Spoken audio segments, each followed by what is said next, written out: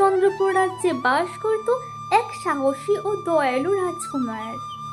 তার নাম ছিল বিরাট।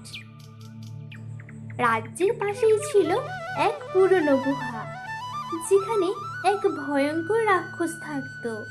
তার নাম ছিল নালু। কেউ কখনো সেই গুহার ধারে কাছেও যেত না। একদিন রাজ্যে শুরু হলো অদ্ভুত এক দুর্যোগ। প্রতি রাতেই রাজপ্রাসাদের আশেপাশে জ্বলে উঠত আগুন।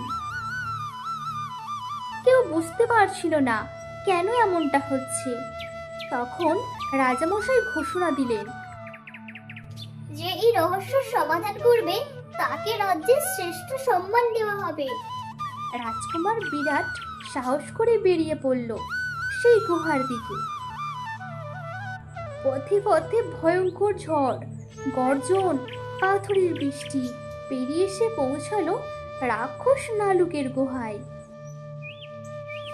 কিন্তু ভিতরে যা দেখলো তা দেখে সে একেবারে থমকে গেল। রাক্ষস নালুক বসে আছে, চোখ দুটো থেকে বের হচ্ছে আগুন।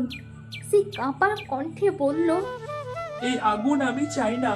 আমাকে এক জাদুকর অভিশাপ দিয়েছে।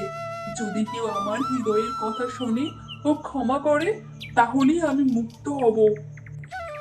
রাজকুমার বিরাট বলল, আমি তোমার কথা শুনতে এসেছি, কারণ ভয় নয়, ভালোবাসা দিয়ে অভিশাপ ভাঙা যায়।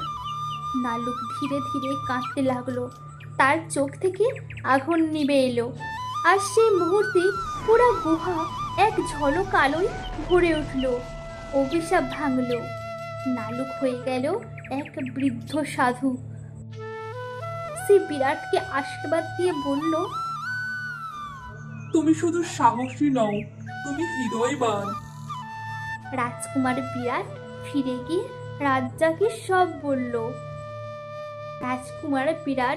গিয়ে রাজাকে সব বলল। রাজা তাকে বললেন, তুমি শুধু আমার ছেলে নাও, দেশের আশা তুমি।